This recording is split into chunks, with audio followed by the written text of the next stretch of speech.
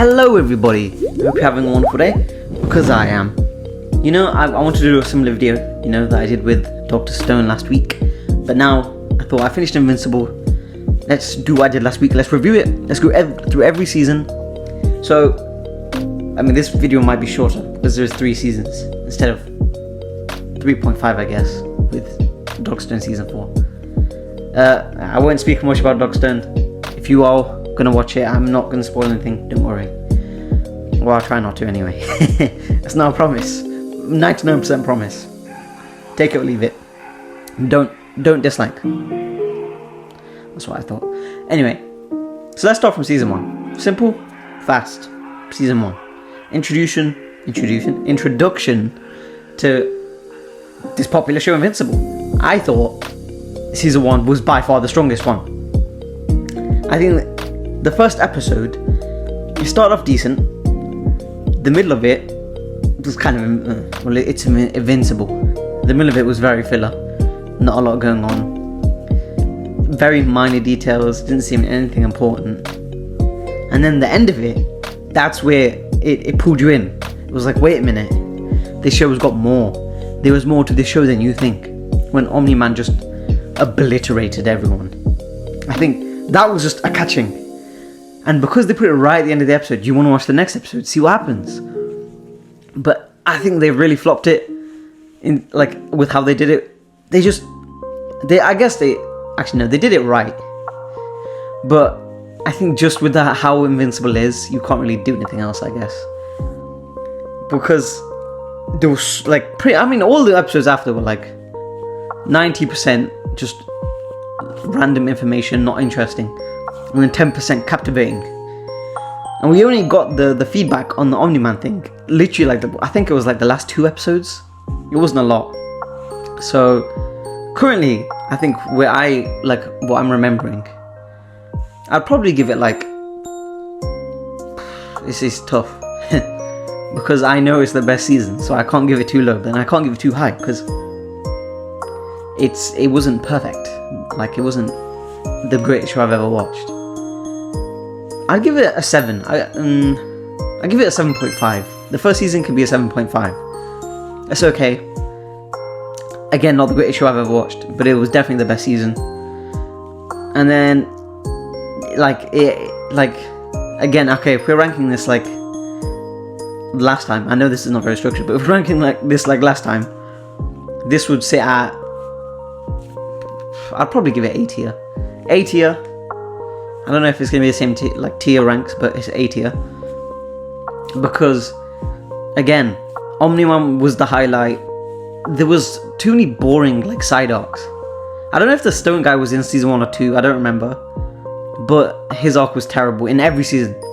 Whatever season he was in, he was boring. Genuinely awful. I'm okay, actually. The bit with but any scene with Omni-Man is a 10 out of 10 instantly. But because of everything else, it brings it down. We didn't get any other Viltrumites in season 1, did we? We learned about Alan, basics. He wasn't really too much about him. I don't know. I think it was a great introduction, but let's move on because I don't really know. I haven't remembered too much from season 1. It's been quite a while. But all I do remember is that great introduction, and it's set off for the rest of the show. Now for season 2, this for me, dreadful. I don't remember anything worthwhile in this season, to be honest. There was no Flaxens. There was Anissa, I think. She was, I guess, the highlight, but she wasn't much. I thinking about this season, not a lot. Angstrom was in this season, where he became the villain, and then Mark demolished his skull.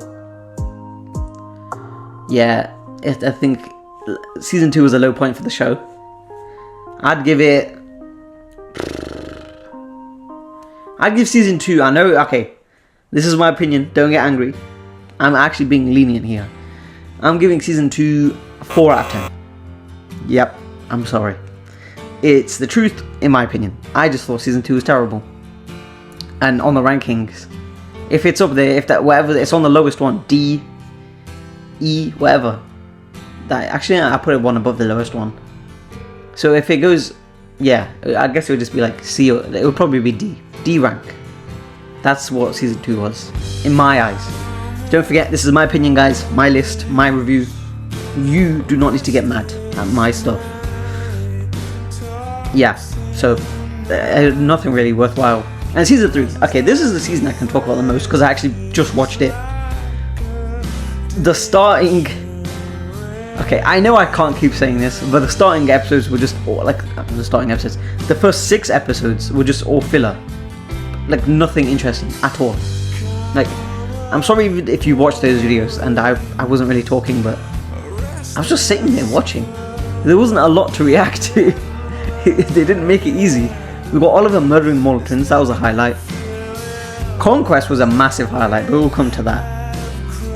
And, okay, so I like how Oliver's growing and how he's... Oh, Oliver did get introduced in season 2, actually. Yeah, that's fine. Still 4 out of 10. So yeah, Oliver, his progression, I like how it's showing and how he's developing his emotions. Like, he's not a perfect person. He still has, like, issues, if you know what I mean. I don't know if this is too high, but okay, yeah. But if he still has issues, and he still has issues, and he's still like, he's not like morally correct all the time. Like, he murdered the Mauler twins. At the time, I guess, in Mark's eyes and everyone else's eyes, it was wrong.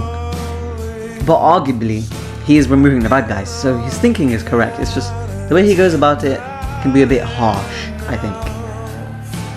Okay, now onto the Invincible War with the reintroduction of Angstrom. I thought that was quite interesting, how it spawned a million Invincibles and the way it was shown of them demolishing his reputation. They're just destroying the cities, and his like, he will never recover his reputation, because when people see Invincible, when they see Mark, they see these evil, sinister ones, Omni-Mark, the prisoner one. They see these psychos. They don't want to deal with him. And then you got people like Powerplex that really push that narrative, that absolutely hate him. So I thought that was a great arc for character development as well, because it will really push Mark, and it will give him more situations where he has to actually deal with them, instead of just hiding, running away to Eve or some BS. I like it when they deal with their problems rather than run away from them.